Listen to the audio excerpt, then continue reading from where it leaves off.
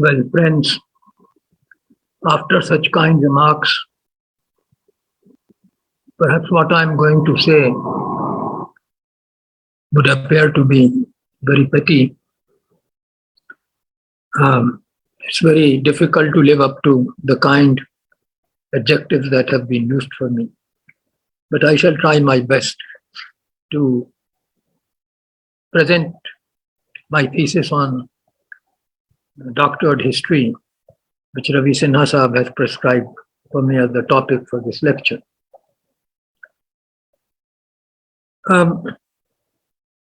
Historical tradition in India is very old. In Sanskrit, from Harsha Charita and Raja Tarangini, and then of course the Persian chronicles and records, and books on administration like Ain Akbari, and then in the colonial period. And these have been studied largely from with some regard to accuracy, whether it would be the Indo-Persian chroniclers or Bana's Harsha Charita, a biography in praise. Some regard was always paid to actual facts. And we can use these texts for reconstructing Indian history of that time. What is happening now is what has been aptly called doctored history. That is history which has no basis practically in facts.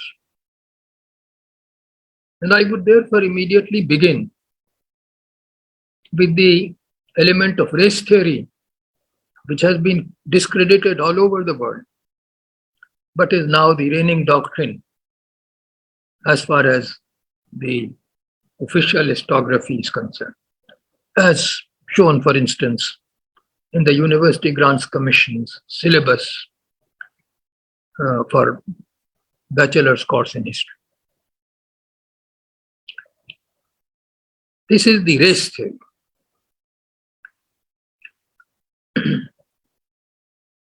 When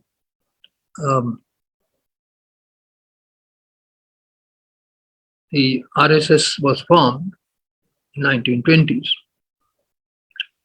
it was formed as a kind of force for communal riots.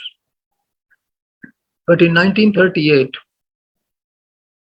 Golwalkar decided to write a book which is regarded by the RSS as practically its Bible.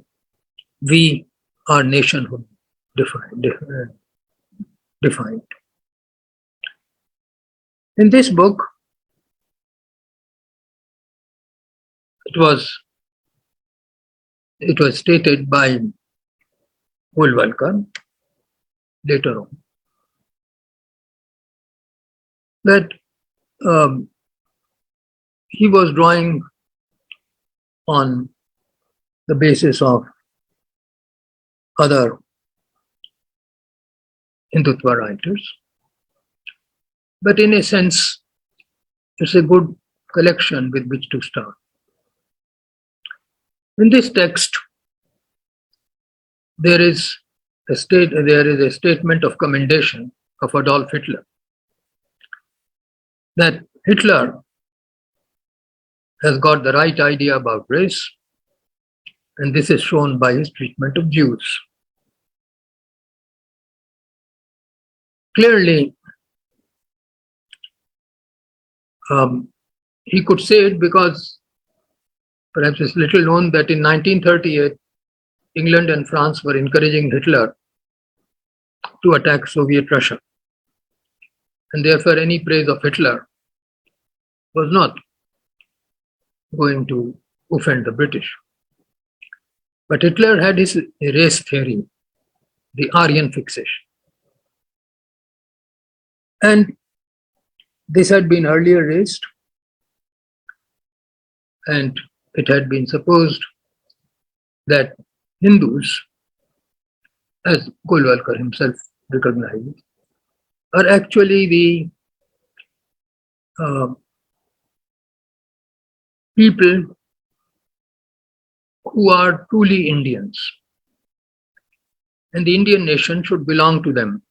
Holwarker said that the others could not have any rights, and he was, of course, referring to Muslims. They would not be citizens, they would not have any rights at all. And why were Hindus the real patriotic people of India? Because all their religious places are in India. This is an oft-repeated thing now. It was repeated in the textbooks which were written for the NCRT during the period of Vajpayee regime, 1999 to 2004. The trouble, of course, is that Kailash, with which the list begins, is not in India. It is in the Tibet region of China very firmly. We are not even claiming it. But that apart, if this thesis is accepted, then 99% or perhaps more of the nations of the world would not be nations at all. Because, for instance, if they have Christian majorities, the religious places of Christians are in Palestine only. Or if you are thinking of Catholic Christianity in Rome, only 2 countries. And therefore, if you apply this principle to the world, it is absurd. It would mean that there is no other nation except the Hindu nation in India. इसको देख लीजिए इसे जरा सा अगर गाना तो so but this is repeated all the time as if Hindus are the only people of the country. But then, of course, you have to go back in history. And the other thing that Hitler left behind was the Aryan theory. Now, as far as linguists are concerned, the term Arya or area applies only to India and Iran, to the set of Indo-European languages of which the earlier texts are the Rig Veda and the Avesta.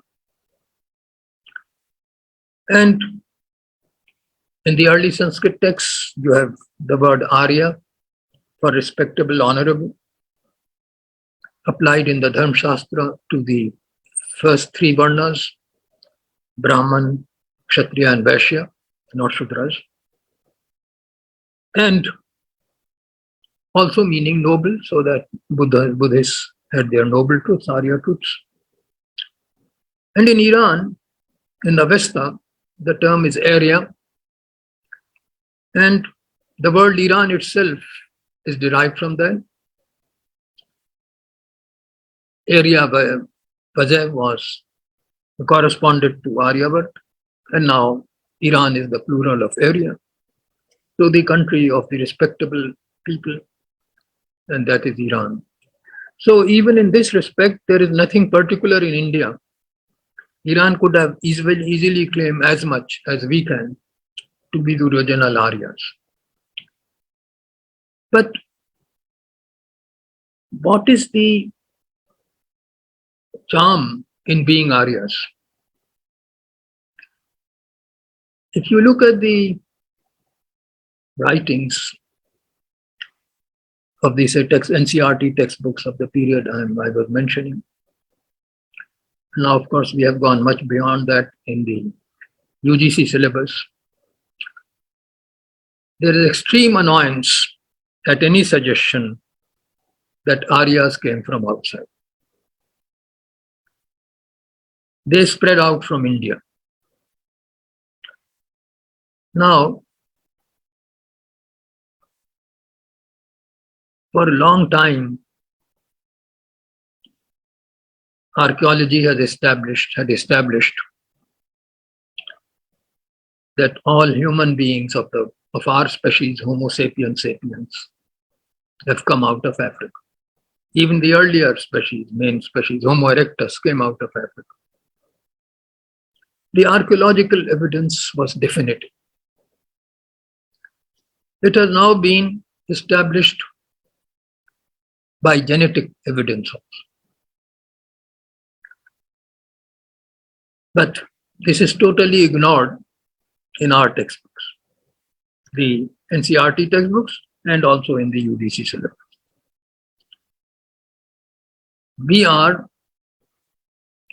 India produced the Aryan race, which supposedly civilized the whole world. We owe nothing to Africa. In fact, in our heart of hearts, we would deny that we came from Africa. So you can see in the UGC syllabus, there is something about prehistory, but never of human migration out of Africa. And then, of course, this Aryan fixture. Aryans was produced in India. Now, linguistics had long established that what is called the Aryan set of Indo-European languages arising out of Sanskrit and Avestan Iranian was a late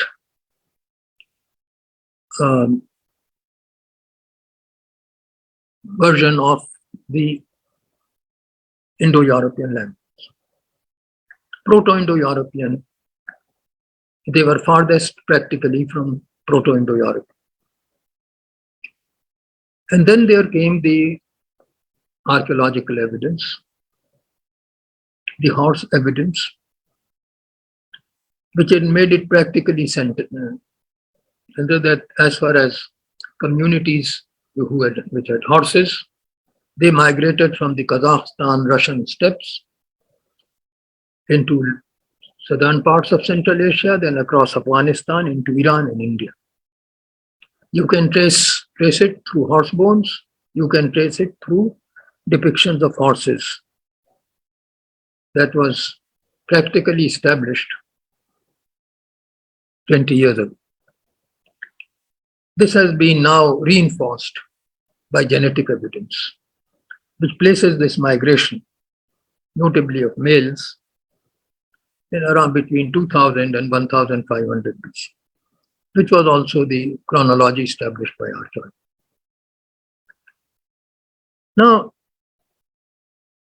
what is the harm in Indo-Aryans speaking Indo-European languages of the late stage, coming from northern areas of Central Asia into India? Of course, nothing.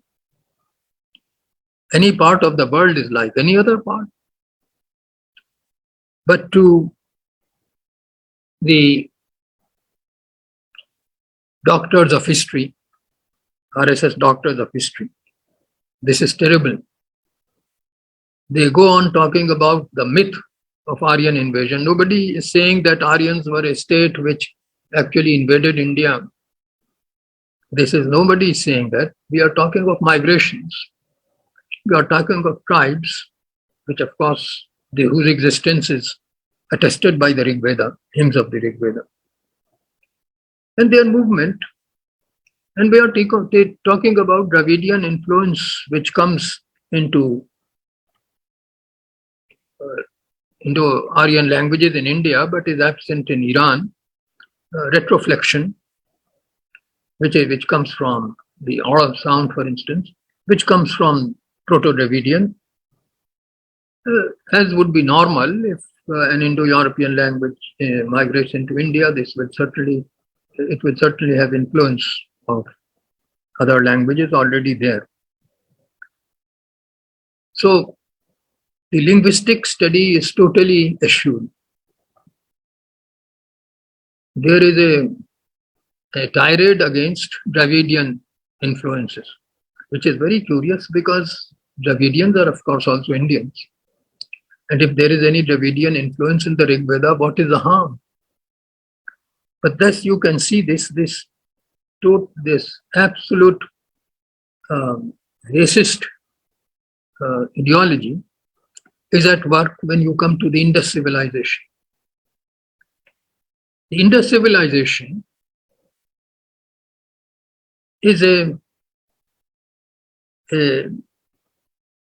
the cause of much disturbance for the RSS doctors of history, because it had towns, it had a written script, and although, as our Prime Minister may say, that we had plastic surgery because we put elephant head on Lord Ganesha thousands and thousands of years ago, but the fact remains that we did not know writing until practically Ashokan edicts. And if earlier writing is there, it is in southern India and Sri Lanka. So, in the Dravidian land. And therefore, it is very troublesome that the Indus civilization should have ideographs and pictographs. And we can't read it, and certainly it's not Sanskrit. Now,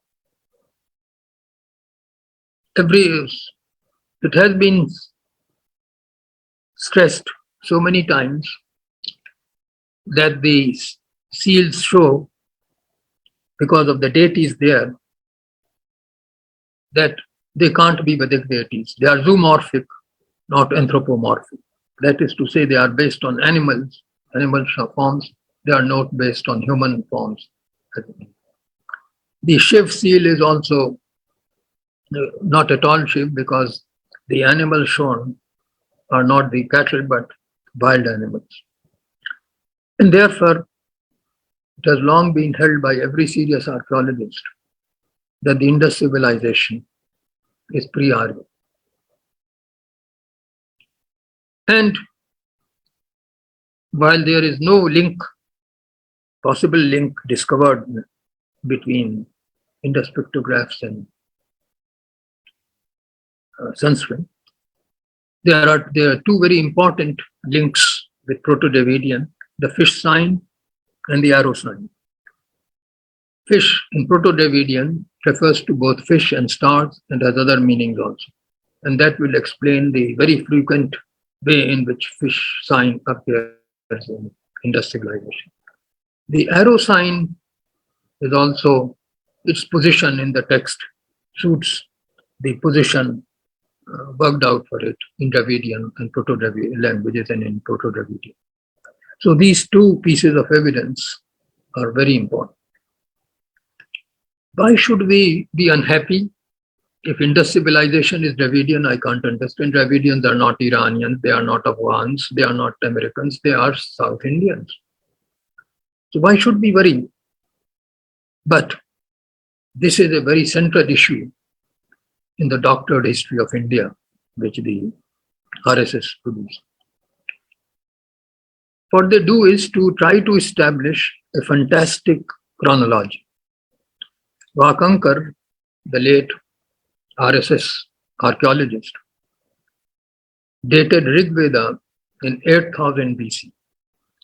Rig Veda shows agriculture, wheat cultivation, barley cultivation, plough,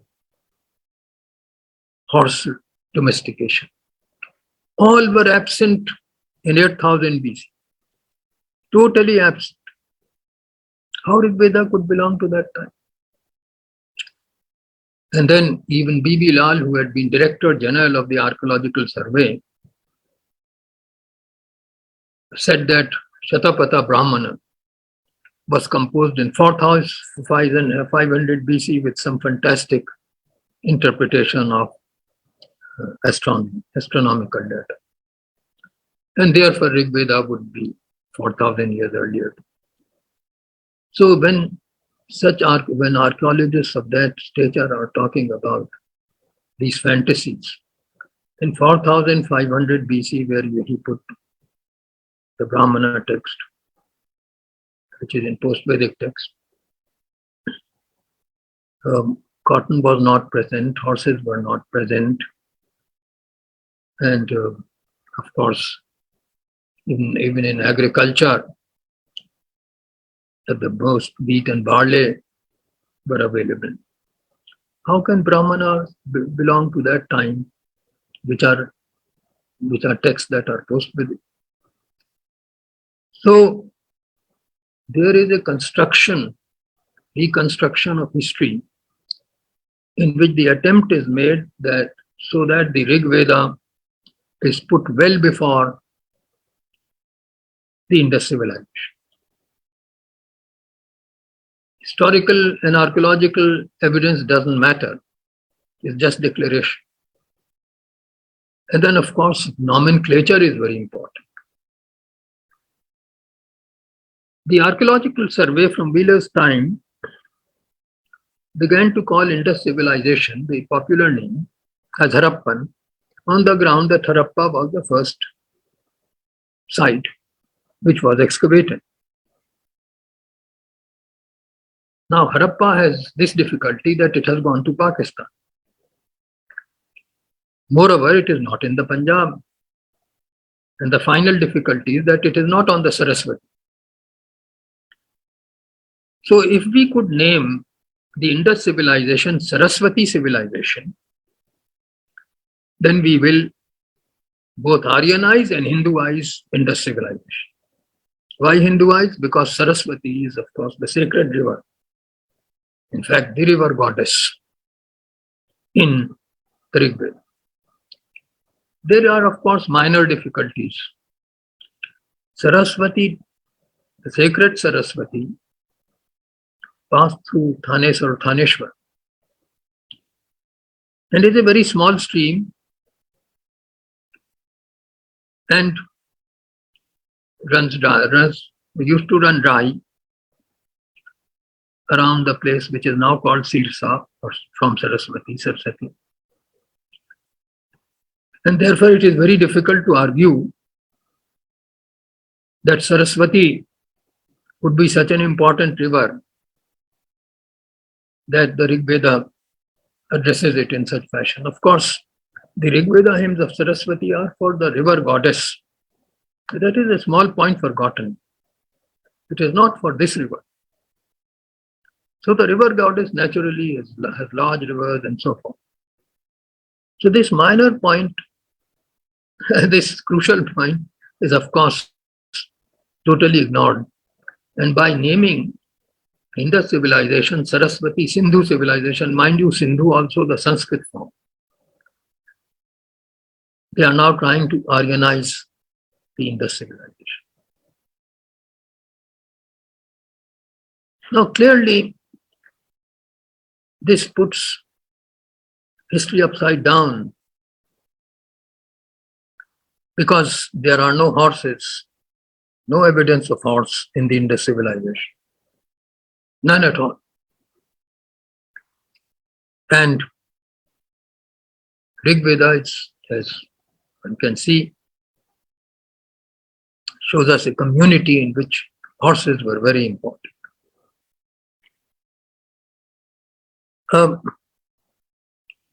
Accordingly, this puts history upside down. And one can only say that this kind of invention cannot be acceptable to any serious historian. I would then move on to their treatment of the caste system. Of course, for reasons of their own, Ambedkar is everywhere now. They think Ambedkar is their answer to Gandhi. But what about their own portrayal of the caste system?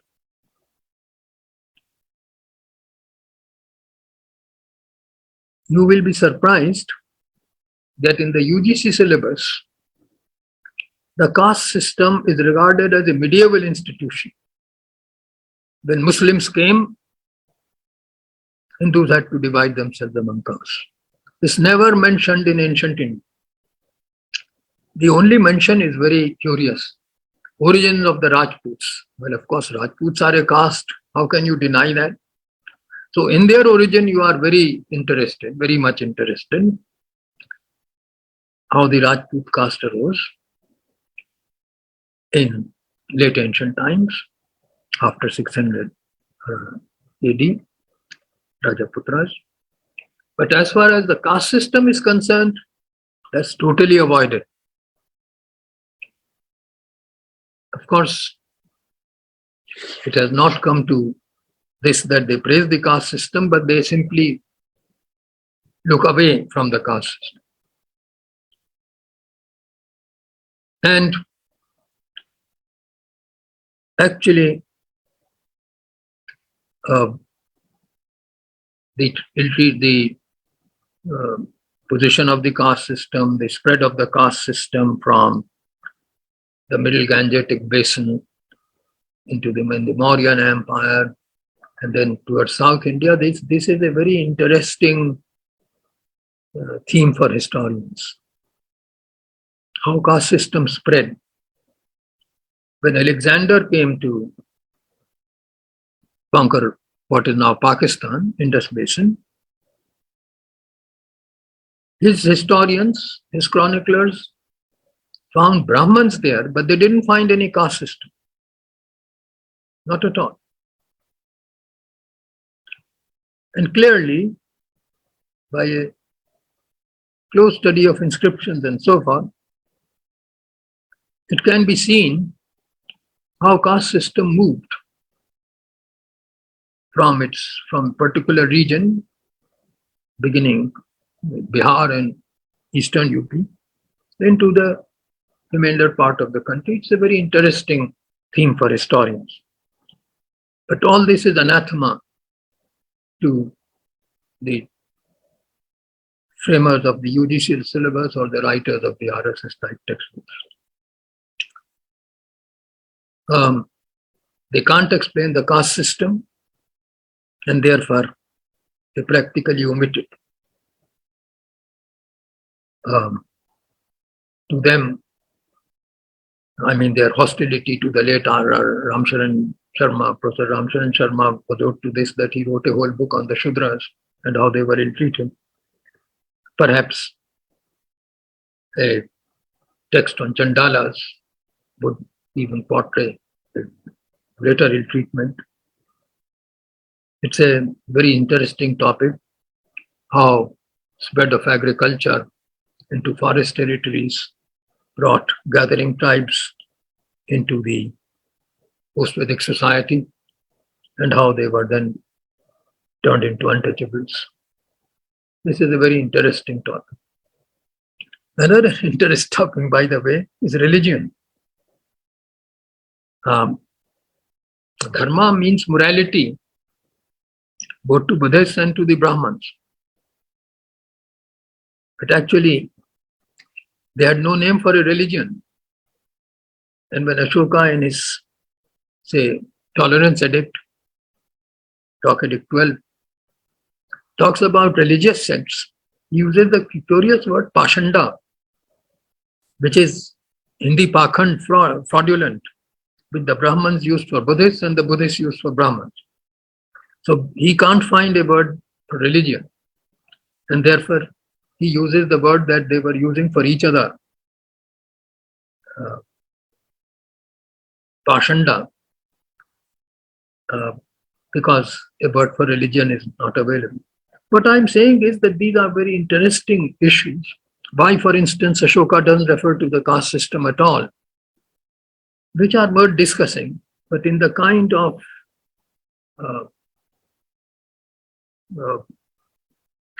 doctored version, all these become irrelevant. Indeed, Ashoka is increasingly becoming irrelevant for them. In the UGC syllabus, he's just Ashoka. Another interesting thing about them is that they are very that they don't like the Greek invasion. And therefore, when they formed the Indian History and Culture Society around 1978, so they first issued a book, Bias in Indian Historiography. And in this book, Whereas in Indian historiography, there are new discoveries. One of them is that actually Alexander did not defeat Porus. Porus defeated Alexander. B.N. Puri, Professor B.N. Puri of Lucknow University, whom I thought was a serious historian, is the author of this article. Another historian said that the Rig Veda must be much before 2200 BC because the Saraswati dried up in 2200 BC. He, of course, has to give the evidence. He said that some person lecturing in the presence of Professor Rumila Thapar gave this date, but Professor Rumila Thapar did not object. I'm very sorry that Professor Rumila Thapar got bored and didn't object, and so this fantastic date of 2200 BC must therefore be accepted, according to K.C. Verma in this. Of course, what they mean is that if Saraswati died up in 2200 BC, then Rig Veda must be much earlier. And of course, how it fits in with Indus civilization, I don't know. But they can date the Indus civilization whatever they like. Therefore, the kind of history, ancient Indian history that they have written and they seek to write is fantastic. When you come to medieval India, then the type of history that RSS people are trying to write dovetails into the previous controversies in which both Muslim communal historians and Hindu communal historians had their positions. I will first come to Muslim historians, Ishaq Hussain Qurashi and others. There is a modern view of Islam that Islam is an egalitarian creed. There is a historical view of Islam that equality is limited, slavery was permitted, concubinage was permitted, was in fact permitted. Great Muslim theologians had slaves, even Sufis had slaves. Therefore, to say that Islam is an egalitarian religion in its law is unacceptable. But historians like Ishaq Qurashi, Professor K. Nizami of Aligarh, and so on, wrote as if Muslims came here to spread equality all over. They did not. They accepted the caste system. Within, of course, Islam, it was difficult to accept it, but they used the caste system. And I am arguing all the time. I have argued that the caste system did not benefit simply the Brahmins and the higher caste. It benefited any government, any state, any exploiting class that controlled land, whether they were Muslims or the colonial power. Because what the caste system did was that it created a large landless proletariat, untouchables. And it divided the peasantry. And both these things were very important for any power,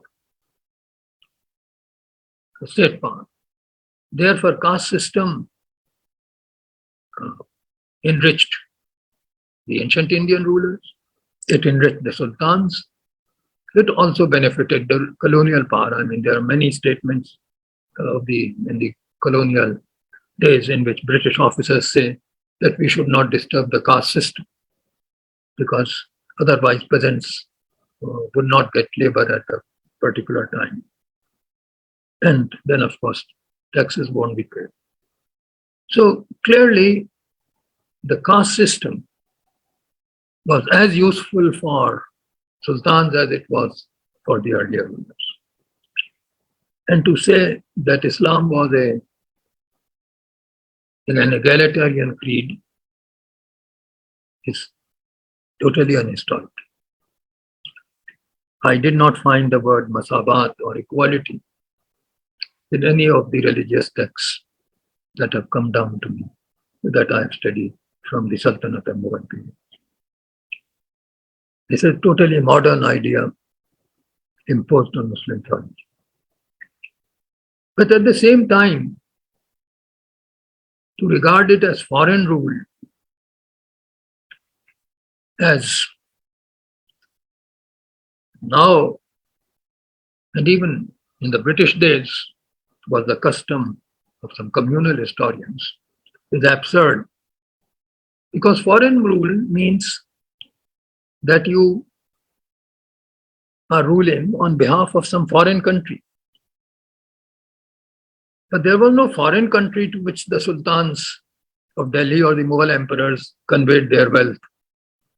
Whatever they got, they spent in this country. They were not born outside. After Humayun, no Mughal emperor was born outside India. They didn't hold any area outside India, and one must remember that Afghanistan was at that time, Kabul and Kandahar were regarded as the frontier stations of India. They didn't have the Durand line at that time. So to call it foreign rule, as RSS people do, and Mahabite people do, and Mr. Modi does, whose knowledge of history is as good as his knowledge of mythology, that Indian has been under foreign rule for 1200 years is absurd. And this is the reason why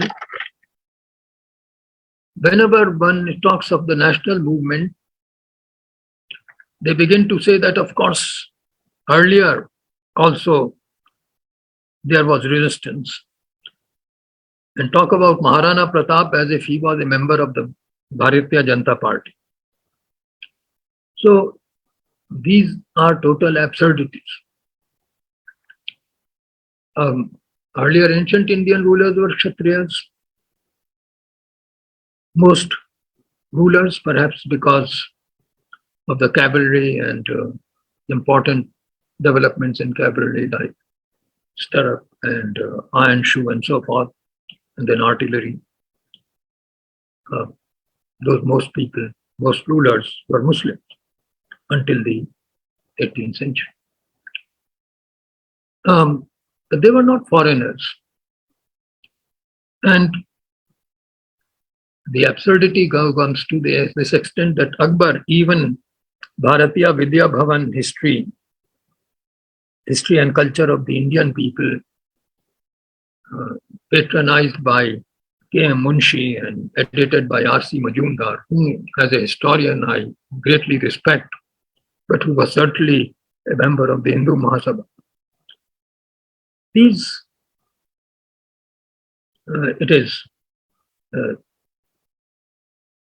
to say that they were foreigners or Muslims or foreigners, as Bharatiya Vidya Bhavan series sometimes implied, as I say, absurd. But R.C. Majumdar and others did not go so far as our RSS people go. For example, it looks very bad to the RSS there should be any cultural attainments left by Muslim rulers. And therefore, P.N. Oak and others in 1960s started writing articles that every Mughal building was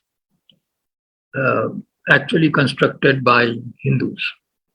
Whether it is the Red Fort, whether it is the Taj Mahal that was Man Singh's palace, or whether it is the any other great building. That was he had started an institute called Institute for Rewriting Indian History, and his articles were published in Organizer, the RSS organ.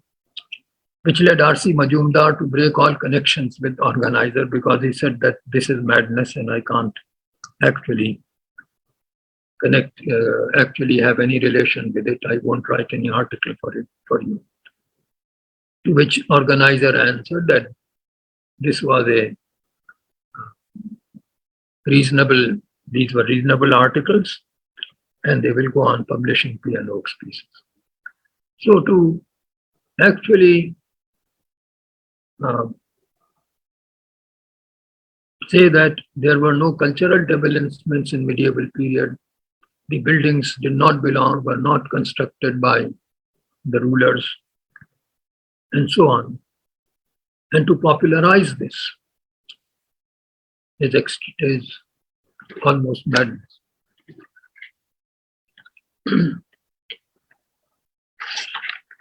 Finally, but I hope I have time for taking the doctoring of modern Indian history. As far as modern Indian history is concerned,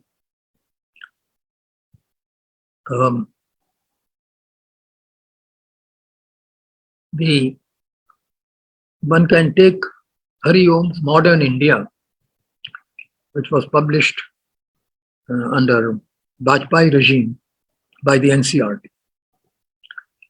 Now, what annoys the RSS writers is that credit for Renaissance should be given to Ram Mohan Roy, Keshav Chandra Sen, Justice Ranade, or Sayyid Ahmad Khan, who promoted English education. And in case of Ram Mohan Roy, the man was superb. I mean, talking in 1831 of making a permanent settlement with the peasants rather than with the zamindar, I just can't imagine the greatness and the vision of the man. All these are expelled from the book. We don't have mention of Ram Mohan Roy because Ram Mohan Roy was a monotheist, Muvahid as he called himself, equally at home in Persian and Arabic as in English. And Keshav Chandra Sen, a major reformer, social reformer, who has not been given, I'm afraid, the credit he deserves. Talking about women's equality at that time and so on. I mean, the man he's also thrown out of the book. Justice Ranade also, although he was a moderate reformer, but he's not there. Which reformer is there? Dayanand Saraswati. What does Dayanand Saraswati say about women's rights to inheritance? Bankim Chandra Chatterjee. They forget Tagore's criticism of Bankim Chandra Chatterjee, that he's introducing religion into every. Swami Vivekanand, again a religious figure, and Aurobindo Ghosh, how he can be called a reformer? A supporter of violent means, but then a fugitive in bondage. What has he contributed to the reform movement? These are the heroes.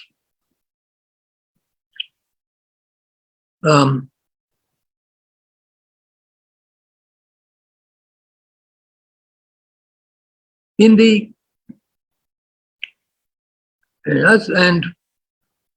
what is the real movement is not the national movement, the so-called cultural nationalism.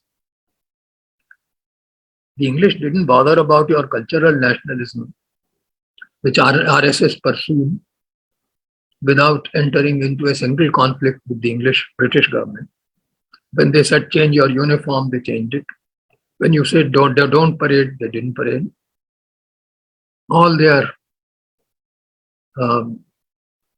abuses were towards Gandhiji and the Muslims. What part did they play in the national movement or cultural, or what they call cultural nationalism?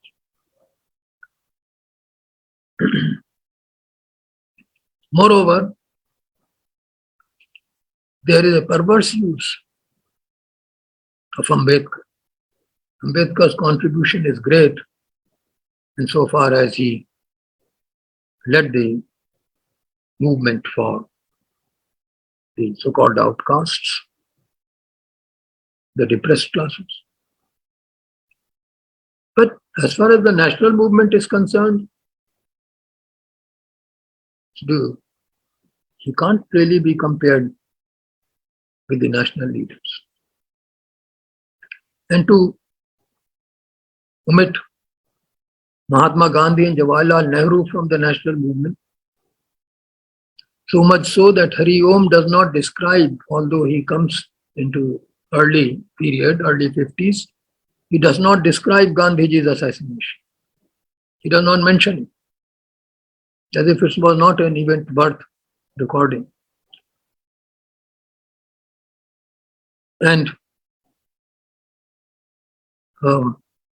here, I would like to say that in doctored history, they have not only tried to totally run down national figures, those who really brought us independence, Gandhiji above all, Jawaharlal Nehru, and they praise Patel, but they don't ever quote Patel's criticisms of the RSS, censures of the RSS. And just to pit Patel against Nehru is absurd. Therefore, one of the most vicious and mischievous things they are doing is to totally misrepresent the national movement. Then finally, I would like to close with their doctoring of post-independence history, which I think is also throughout what they are doing is dangerous, but this is extremely dangerous. I was 16 when India became independent. I was working on behalf of the Communist Party in the election of 1952 in a place like Hathras. That election, among other things, was fought on whether there should be a reform in Hindu law to give women their rights. That was one of the issues. The Jansangh, the RSS formed body, the Ram Rajya Parishad, and the Hindu Mahasabha formed a front to oppose the reform of the Hindu code. They were badly defeated. I saw where I was, of course, few people were coming to us, the Communist Party, but no one was going to them. No one was going to the Jansangh and that crowd. And women were saying, we haven't got anything, but our daughters will get something if the Hindu code comes. That is totally washed off in national memory now, going to the doctored history that RSS presented. In 1955 and 56, the Hindu code came, which totally overthrew 2000 years of Dhamshastra. And 50 years later, it was again under a Congress government that women got totally equal rights under that code.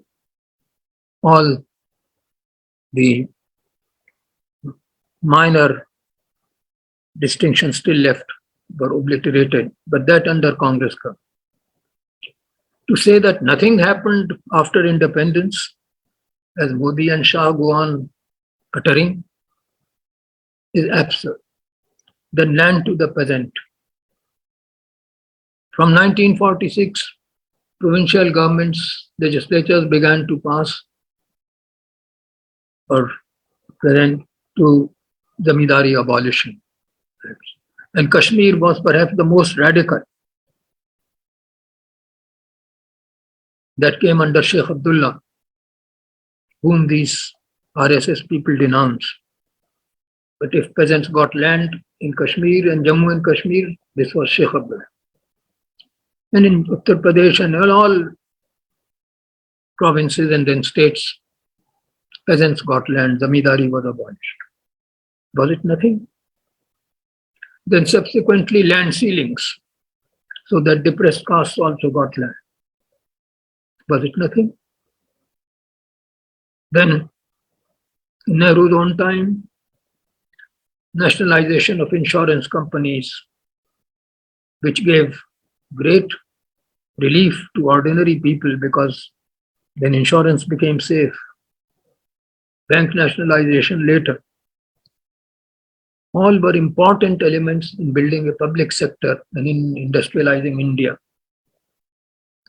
Even G.D. Birla supported the second five-year plan because he said that's the only way to industrialize India. Was it nothing? And as has been shown by important economists, in the latter half of the 20th century, the per capita consumption of food grew and it has been falling afterwards. Was it nothing? So the total misrepresentation of post-independence India is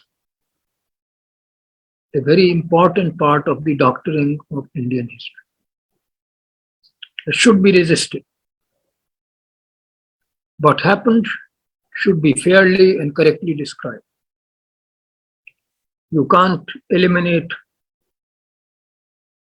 great figures from Indian history and supplant them by manufactured ones.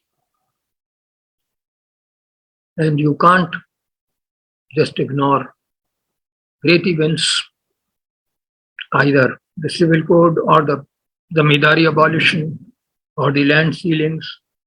So land distribution, those were, and the building of the public sector and the industrialization of India. These were immense achievements which RSS and Shah and Modi are trying to hide, but which it is the responsibility of historians to convey to the Indian people. Thank you.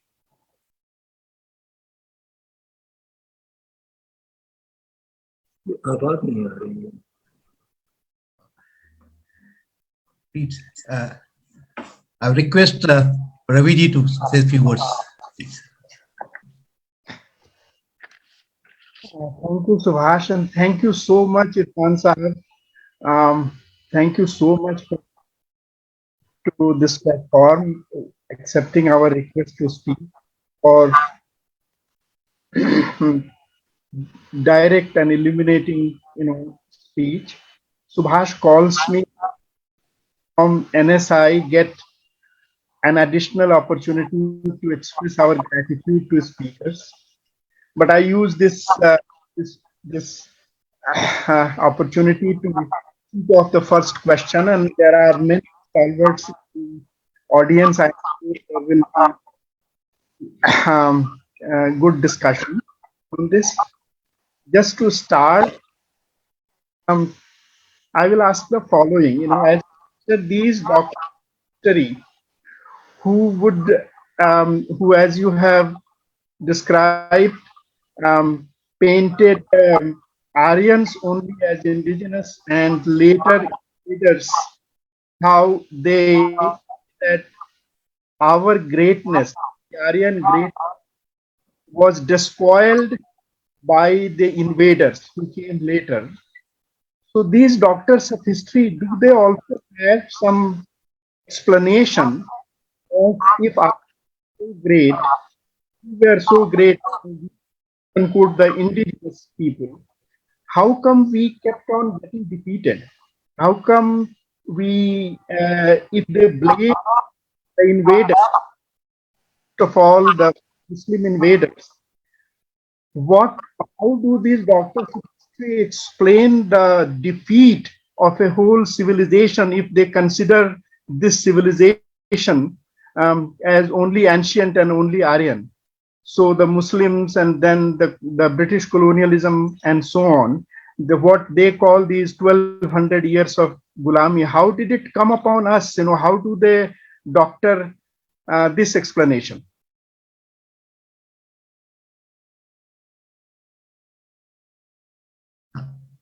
You're mute, Professor. You're mute. We are not able to hear you.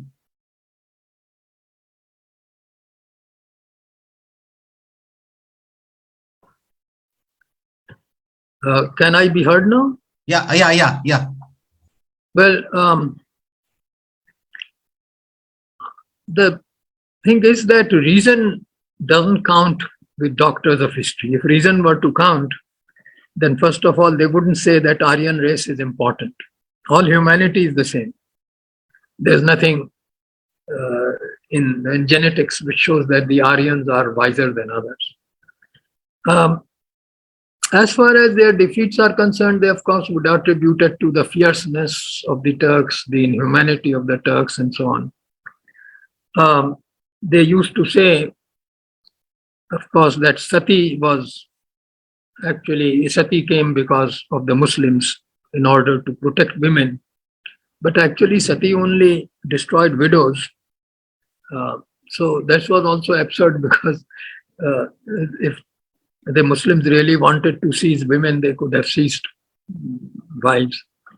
But this was the normal case. But now it has been, of course, found, and it was known at that time from ancient Indian inscriptions that Sati is much older than Indian Islam, Muslim invasions, Arab invasions. The second charge is, of course, that Muslims destroyed temples, which is partly true. But on the other hand, it must be remembered that Muhammad bin Qasim, the first invader, was asked by Hajjaj bin Yusuf to treat Indians, that meant Hindus, as the Parsis were treated in Iran, that is to not touch their temples. And the great Sun Temple of Multan was actually continued to function under the Arabs. It was destroyed much later, just before the time of Mahmud Abbas. So many of the statements they make that when Muslims came, they destroyed temples, in general are not correct. Muslims did destroy some temples, but to say that they destroyed all temples and that particularly Arabs, when they invaded, did so. Because the Arabs were already had a large non-Muslim population in Iran, and they knew how to manage, because if they had begun to destroy Parsi temples, then there would have been a revolt there. And the same with Sindh. So they were not such fools as to provoke unnecessary rebellions. But I don't think it is worthwhile arguing with the RSS history doctors.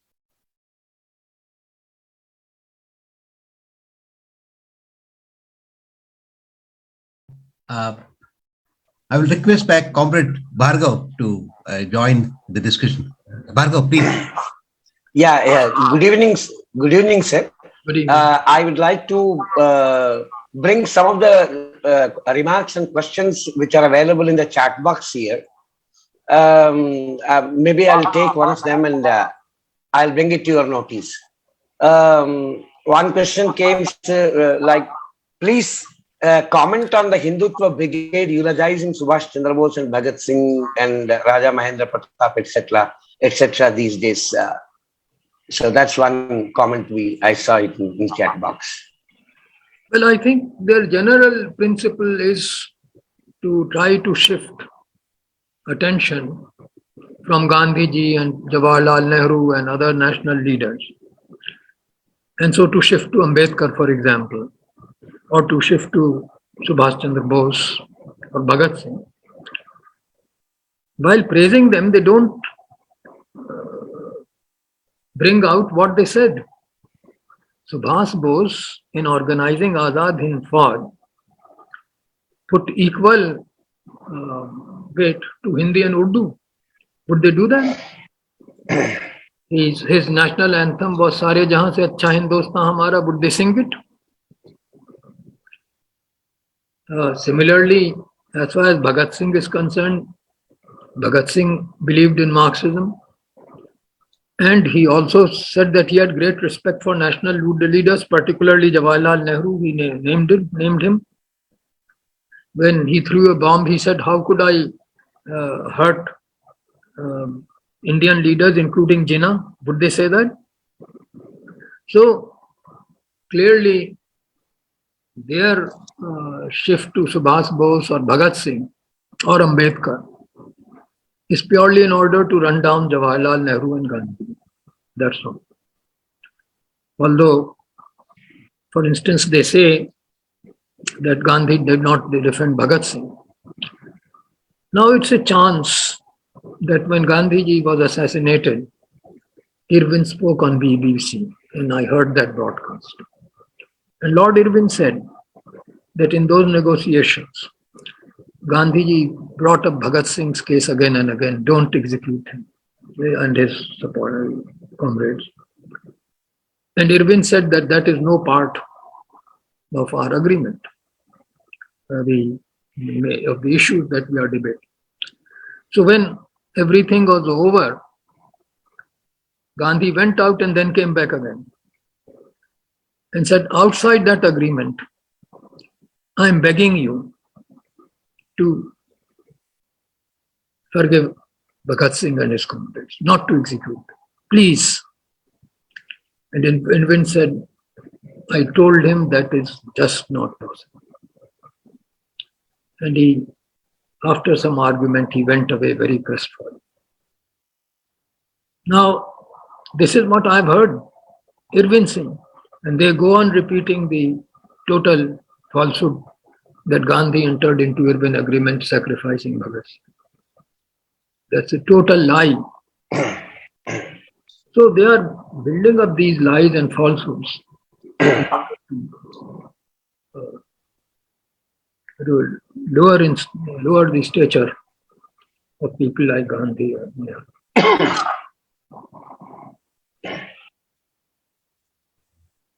We have with us Professor Tanika Sarkar in the discussion. I would request her to join the discussion. Professor Tanika Sarkar. Tanika ji, please. Well, I think she could answer her questions much better than I ever could. Yeah. So that's why I asked her to join the discussion. Sir, please. Tanika ji. Hello. She's new, right? Professor Kumar Ketkar Saab is also with us. So please, Kumar Ketkar ji, are you able to hear me? Yeah, I can hear you, but Please, I can't. please. I think you can't see me. My camera is off, I think. Please. Okay. No, my rather rhetorical question is, what does Sri Irfan Habib think of Ramchandra Guha's revisionist history, in which he places Ambedkar even greater than Nehru, and tries to show that actually Ambedkar has been undermined by the post-independence leadership and the post-independence writers, and he is trying to correct it. There was a CNN poll in which a question was asked, who do you think is greater, Ambedkar or Nehru? And he categorically said Ambedkar. So I don't understand this kind of running down somebody and putting up somebody as an internal historical politics that is being played among the historians. How does one deal with the historians playing politics like this? What do you think of Ramchandra Guha's observations? Well, I have great respect for Professor Ramchandra Guha as a historian, but that doesn't mean that I agree with him. There were two questions in India. One was the inequity of the caste system. and the other was the freedom of the country. So the two areas were different. Ambedkar as social reformer, yes. He stood up for the depressed class, for the so-called untouchables. And this is certainly very praiseworthy. But as far as the national movement is concerned, the freedom of the country, that is a totally different department. And the fact remains that for a long time, Ambedkar felt that it was from the British government that concessions would come. They didn't. The British government did not ever outlaw untouchability. Never. I mean, the kinds of laws that were passed in the 50s could never be conceived under British government against untouchability. So clearly, the independence of India was necessary for the liberation of the depressed class. A minor point that I should mention is that the Pune Pact is denounced by many as if the earlier decision by the government of Britain was a kind of Magna Carta. But actually by the Pune Pact, the scheduled caste representation was doubled, more than doubled in the provincial assemblies and provided for in the central assembly. So the denunciation of the Pune Pact is also uncalled for. That greatly increased scheduled caste representation through joint electorates, yes, but for 10 years there would be a separate electorate also under that pact.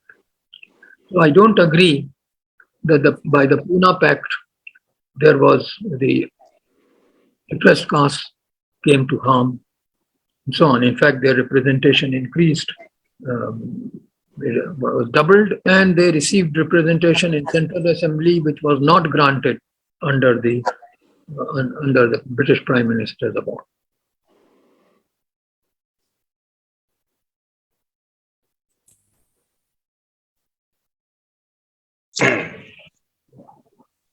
I would like to call a senior journalist and social activist from Andhra Pradesh is here, Khan Yazdani. I want him to intervene and have his remarks.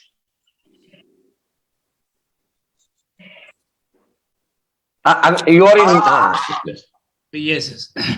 Thank you, Bharava, for giving me this opportunity. I'm so delighted hearing the Irfan Habib sir. It is really, it is every time a treaty for the people like us. There is no question, sir. Your elaboration on the Pune Pact just seems is right. Ambedkar depended more on the Britishers to solve the problem. He has given more priority to the schedule issue than the freedom struggle at that time.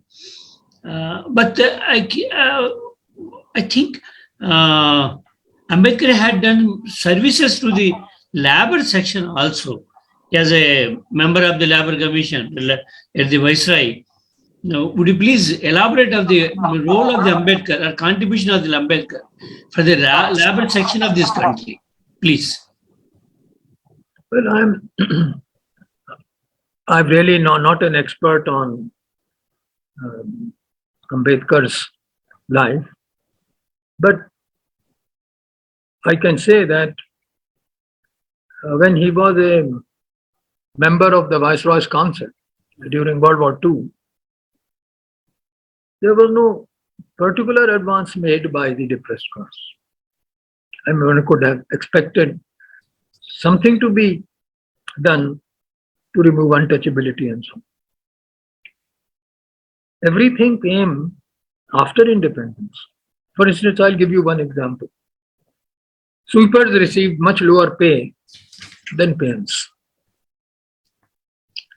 One of the early orders of the government after freedom were that they would be, the pay would be equal, the same. I mean, independence was necessary for the liberation of the oppressed class. How can it be regarded as secondary?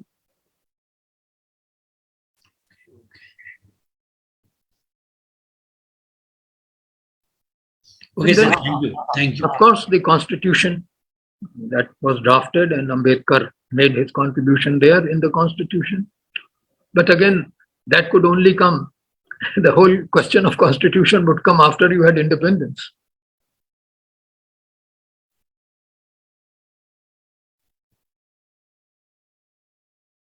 Should I, Subhash, should I, do you want to invite Please. anybody or should I go Please. with the chat? Chat box, please take a look. Yeah. There is a question in the chat box, sir. It's posed by a person called Pani. I'm going to read it. The concept and its understanding of Varna is an organic model in the native worldview of a particular people in this country, whereas the concept and its understanding of caste is a linear model coming from a different worldview foreign to this country, as the word caste comes from a casta of Portuguese origin. What's the rationale behind using it to explain or write about a native system of social stratification? Well, I think caste encompasses two terms, Varna and Jati, and is therefore a convenient word now. If you are trying to stick to original terminology, Dharmashastra terminology, then of course you can say Varna and Jati. And Jati was the endogamous communities within the larger caste.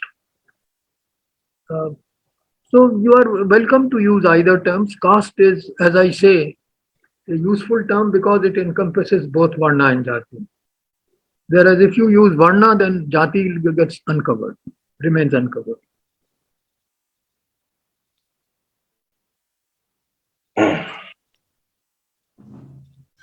Professor Vijay Chandru is here with us. Vijay, please, you would like to join the discussion, please. Oh, thank you, Subhash. Thank you, Professor Habib, for the extraordinary presentation and discussion. I just have a small comment. I think this recent archaeological finding in Keeladi in Tamil Nadu, has also some interesting interpretations of our ancient history. I wonder, what you would see in that. The findings are still coming out, of course, but I'm afraid I've not studied the findings, but could you Right. tell me what they are?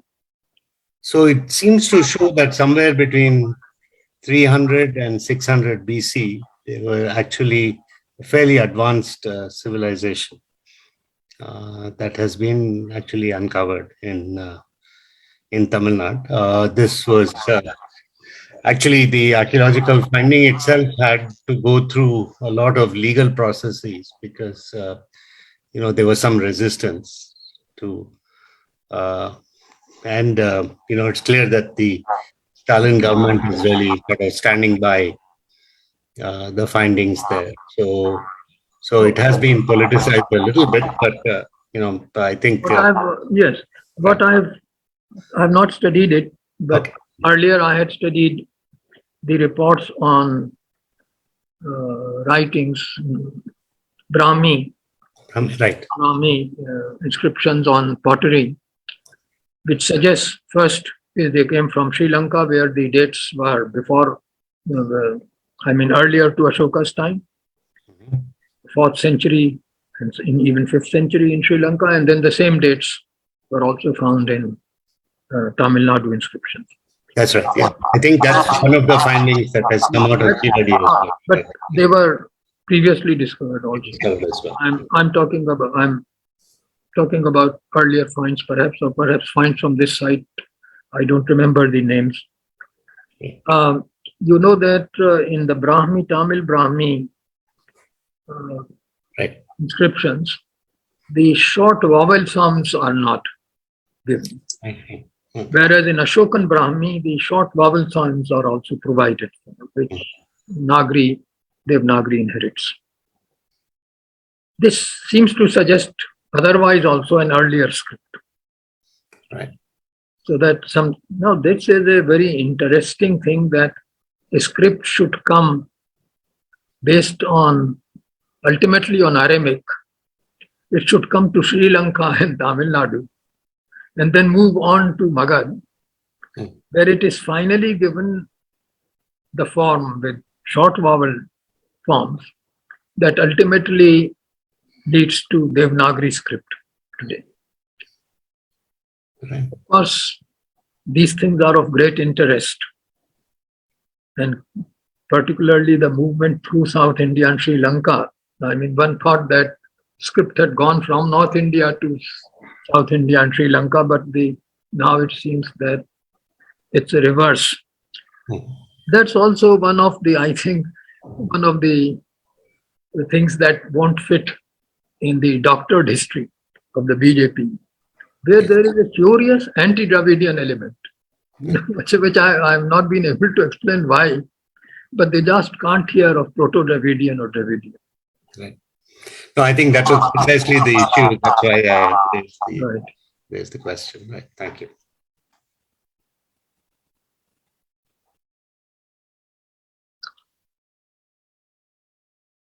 Bhargav, you are mute. You are mute. Okay. Sorry. Sir, I would like to relay another question, a small question and a remark from Anant Goswami, Mr. Anant Goswami.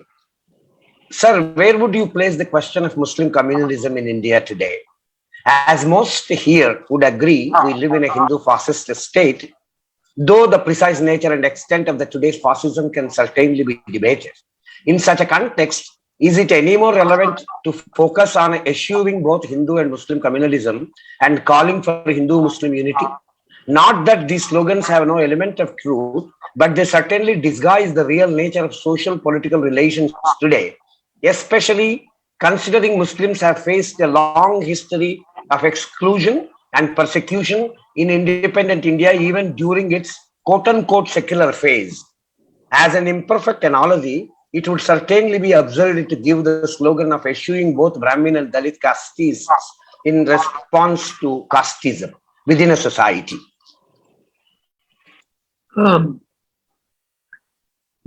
see, of course, it's a question when partition occurred and there were such massacres on both sides. They left their mark. But I would still argue that conditions were different from what they are today under the Congress regimes. There's one thing of discrimination in practice, and there's one thing in official glorification of discrimination, which you are today finding, that any exclusion of Muslims is from offices, from service, and so forth, is regarded as a great national achievement. I mean, that kind of statement, 80% against 20%, that you can't just imagine that any Congress leader would have made in 50s or 60s or 70s. You just can't imagine. So when it's this situation, then clearly you can't compare it with what went earlier.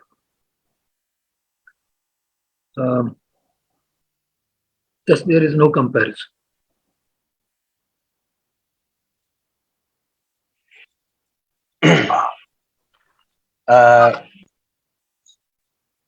There is Subhash, do you want to invite anybody? Please go ahead, Bhargav, please. Yeah. There is another query from one Mr. Aishman Kashyap. The history and tackling of the Northeast question presents a dilemma as the Kamarupa gets a mention in ancient history. And now Hindutva ideologues would use Mahabharata to paint the Northeast in orange, while the colonial history would say that addition of these areas, Northeast, as a historical accident. How does one make out of Northeast?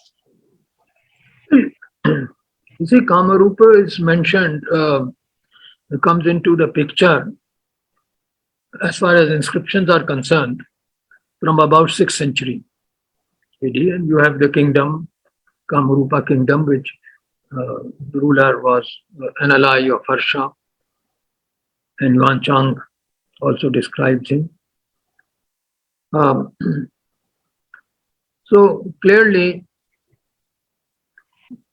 it happens that different regions, history is light, falls on different regions differently in different periods.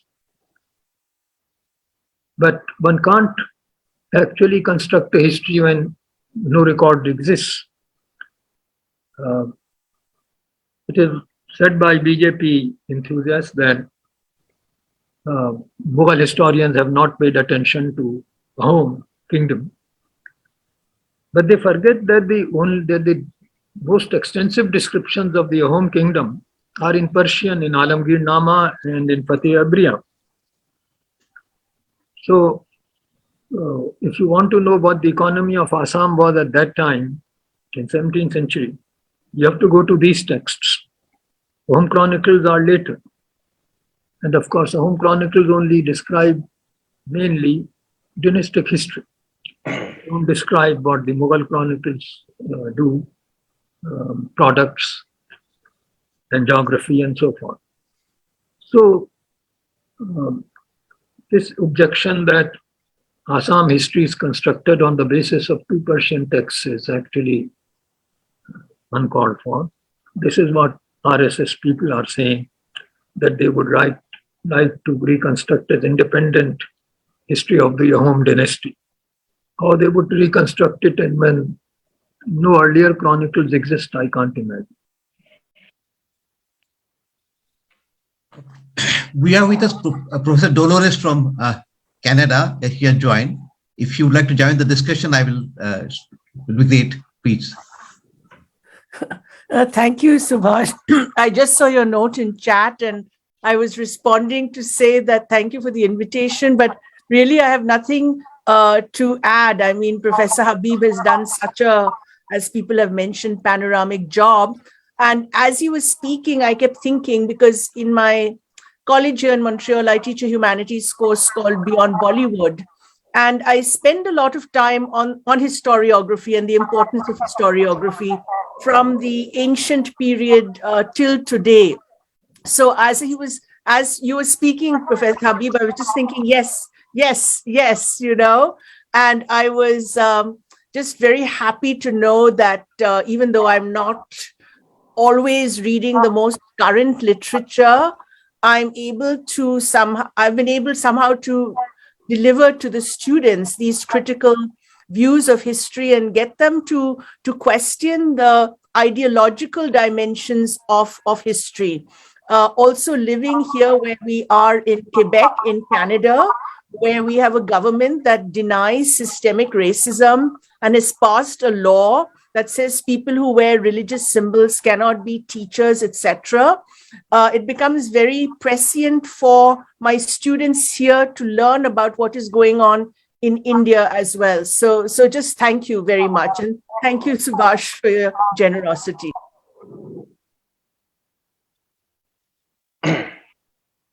There is another query, sir. There are actually many more, and it depends. One is from Kannan Sinivasan. It seems to be a continuation to the question posed by Mr. Vijay Chandru. His question is follows like this. Might there be a coherent continuity between Harappan civilization, as we know it from archaeology, DNA, and Mesopotamian trade, and the Vaigai excavations that were suspended by Archaeological Survey of India, then restarted after Madras High Court order, thereafter the Sangam civilization? Well, I'm afraid I'm not well up on the Sangam civilization. I would doubt it. Because there is one thing as far as connection of Dravidian or Proto-Dravidian language with Indus civilization is concerned. But the area of Indus civilization is so far from South India that it is unlikely that there would be a direct connection. In South India, there would be independent development. The fact that Indus civilization script could be Proto-Dravidian doesn't mean that the population of the Indus civilization then shifted to South India. Languages shift, not necessarily population. And it is possible that at that time, both the Indus Basin and South India, people in South India were speaking Proto-Dravidian dialects without a direct contact with each other.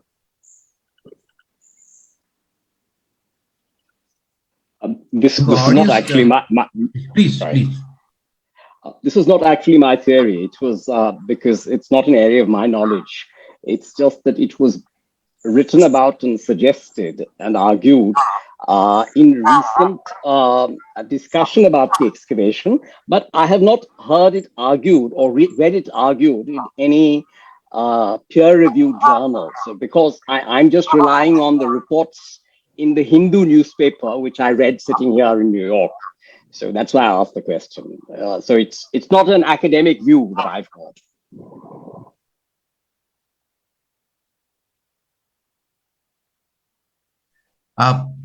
1941 has raised his hand from the audience. Can you please unmute yourself and raise your question?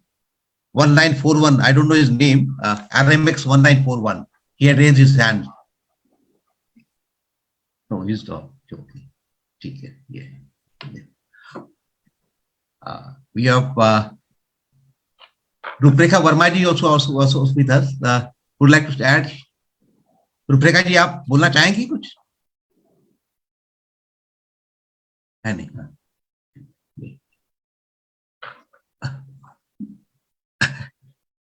ये अब लोग professor साहब, for how much time you can continue the discussion? It's fine with you? It's fine with you? Yes, it's all right with me. Please. As questions are coming, as other people are thinking of comments, can I get a second chance and interject one small question? Please. Similar question has come on chat box also, I think from Alok Tandon, if I'm not wrong. One wonders that this doctored history, these doctors of history, why do they have much more people of India now than they had 60 or even 50 years ago? As democracy and elections and more political competition is arisen, one would expect that people have more say through elections. So let us say that if electoral democracy has become more vigorous, then these doctors of then they begin to have more traction, whereas when India was poorer and less educated, these doctors have as much traction. So what has happened last 50 years?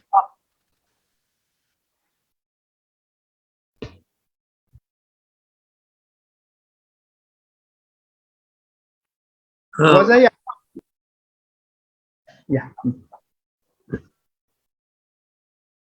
Would you like me to respond? Yeah, please go ahead. Please respond. Well, I think,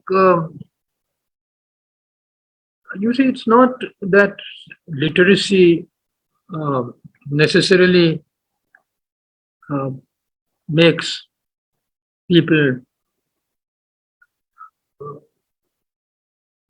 more reasonable.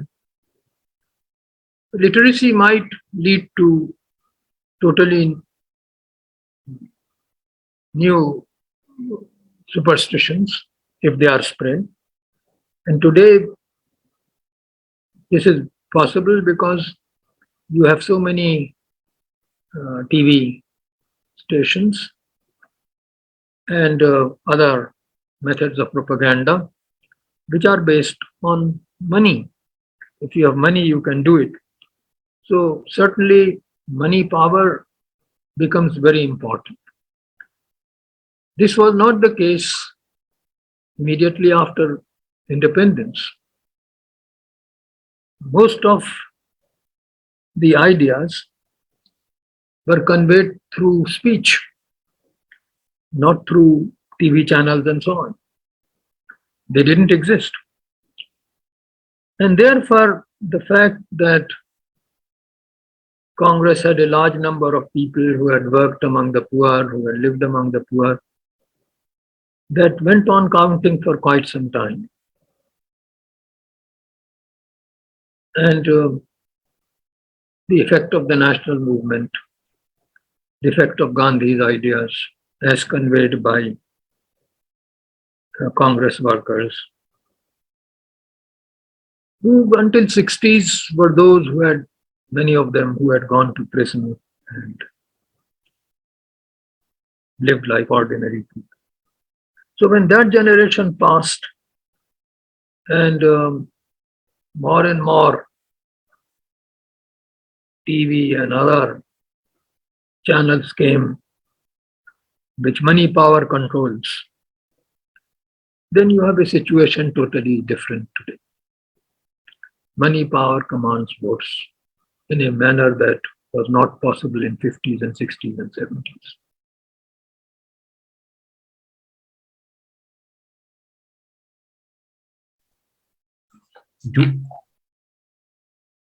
Joya Roy has raised her hand. Joya ji, please join. Please ask your question. Please. I put my question in the chat box. Can you hear me?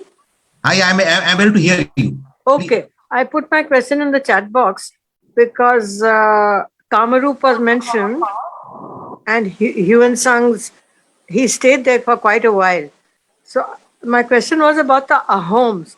Is there enough study done on their actual origins? Because I was reading about Tibet and I heard it's only in the 14th century when the Kossuth Mongols overran China and Tibet that these Ahoms were displaced from there and they went into Thailand. There's still a place in the Brahmaputra Valley right near the border, I think, of Burma, where it's called Thai something, which is said to be their original place of refuge. And then they enter the Brahmaputra Valley. And why it's significant to me is because they spearheaded the CAA and all those concentration camps they've made. So is there anything about the Ahoms, the origin of the Ahoms? Well, I'm not an expert on that, but I always thought that there are some words in Assamese which has come through Thai language.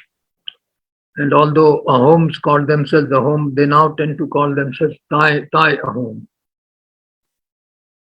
as if their relationship is with Thailand. I haven't any recollection of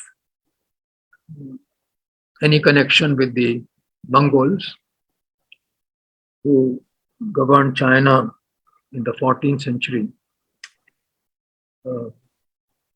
and were expelled from there in 1360s. So clearly they are not involved in this question. There were no Mongols in the 15th century in China, conquering China. So it's the relationship with Thailand that is important. It is true that in the Persian chronicles, it is said that the home court was very different from the Rajput courts that the Mughals were familiar with. Their princesses and queens were more free. And so forth. So again, about the home court and others, these details are available in the Persian sources, two major Persian works, Alamgir Nama, the chronicle of the first 10 years of Aurangzeb's reign, and Fatih-i-Briya, the Assam campaign of Mir Jumla. And as is their custom, they describe the economic products and tribes, and also Nagas, whom they describe as Nanga, as a forest cross. I think it is for the first time that Nagas enter historical record.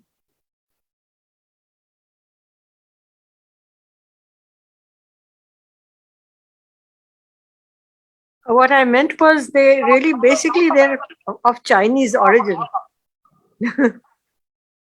So it's ironic that they should be. No, but I have not heard that there are any Chinese words in Assamese. What I have read is that there are Thai words, and therefore these people who claim to be descendants of a home call themselves now Thai a home instead of just a home.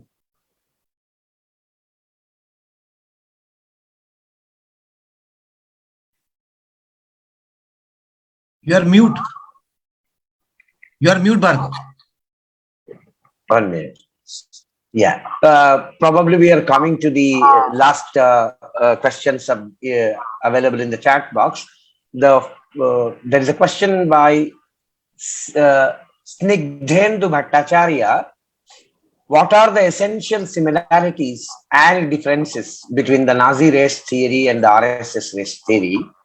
Also, if Professor Habib could elaborate on the difference between taking Aryans as a linguistic group and a race. Well, the Nazis actually took up the Aryan theory from earlier writers, and they used the swastika. Of course, the openings of the swastika were reversed, but their own symbol, swastika, was also of Indian origin, taken from India. So clearly we could say, if it was whether it is a thing of honor or dishonor, that we also contributed to the Nazi theory of Aryan race, and the swastika is the Aryan symbol. Even the word swastika they took. But otherwise, it was Germany which was the original Aryan home from which they spread out. Well, even at that time, people said that they should not have used the word Aryan, because Arya was a word used only in India and Iran, in the Rig Veda and Avesta and the succeeding Sanskrit and Iranian texts. And of course, the word Iran continues till today. So this is an Indo-Iranian idea, designation, which had nothing to do with Germany. And the swastika too was taken from Iran. There was no swastika earlier in German history.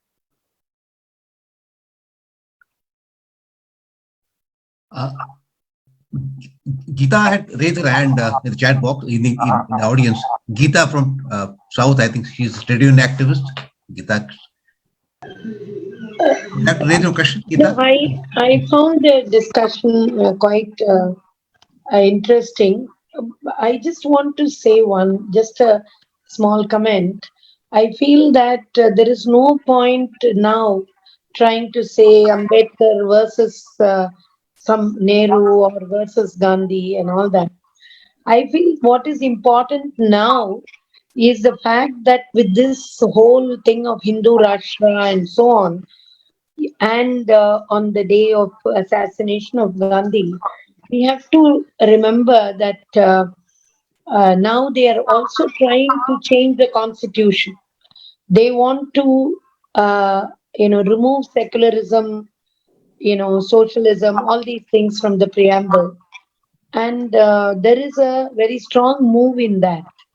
So we need to, and given we know what happened in the CIA, anti-CIA agitations and so on and so forth. So it is very important that, we need to look at this in a very clear way of moving towards.